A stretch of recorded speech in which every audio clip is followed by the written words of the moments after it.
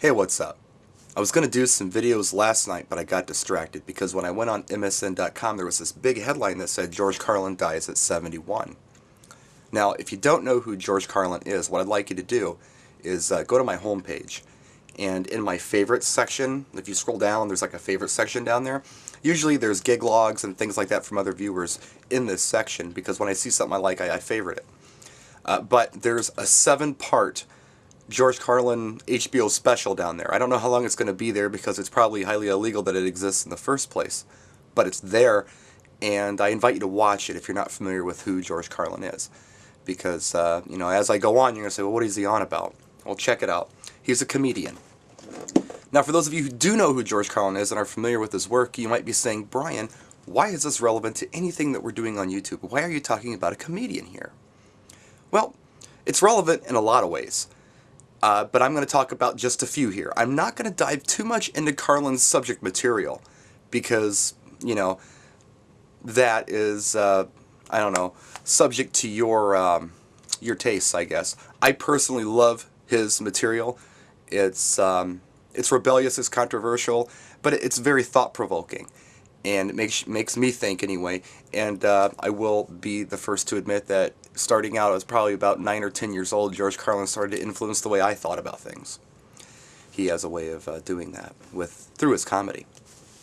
But the reason I really wanted to talk about this was, first of all, he did start out as a DJ, so it's relevant in that aspect. He evolved into a comedian and made his living at it. Now, when he first started doing comedy, he was doing kind of, I guess from what I understand, very family-oriented stuff you might see on, like a daytime television show or something, even in the 50s and 60s. And when he got into his 30s, he looked at himself and said, you know what, this is not who I really am. What I want to do is I want to use my comedy to really express the way I feel about things and to share some ideas. And he did. He did a 180 on his routine, and he started doing some super controversial work. Social, political, and just, some silly stuff and some raunchy stuff. He has probably one of his most famous things that he's done is the 7 dirty words you can never say on television.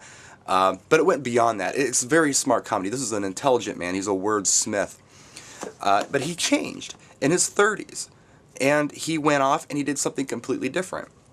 Now, that's kind of cool, but what's even cooler than that is, as he got older, he didn't, kind of fade away. He got better, and better, and better, and better. In fact, his last special, that is in the favorite section of my YouTube channel, is probably one of the best things I've ever seen him do, and he did it at 71 years old. Now, I saw him last summer. It was about this time last summer, I think it was July. And he looked bad, and his routine was rough. He came right on stage and said, you know what, I've got notes here. I'm old, I need notes. And he referred to his notes a lot. His delivery wasn't that good. But you know what, he admitted to all of us, that he was working on material for his next HBO special, so, bear with me kind of thing. Now, I thought at that point, you know what, this is not what I expected. I've been watching this guy on HBO since 1980. And I've always loved his work, but you know what? This is not good. This isn't funny. This is rough. The man's lost it. Well, I was very wrong. I saw him on the HBO special in March that's on my channel again. And wow, fantastic. He worked through it. This has not come easy to him, but he takes his time and he works it. He writes things down. He writes any thoughts that he has, he writes down, and so he can come back and look at them later and work on them. And the guy did like 90 gigs a year. Last year he did 90 gigs all around the country. That's more gigs than most of us do as DJs. And it just took him time as he worked at it and worked at it and worked at it. Eventually, he'd perfect it. And then that would be his special. His HBO special would be the show Perfected. And he did that, I think, 14 times.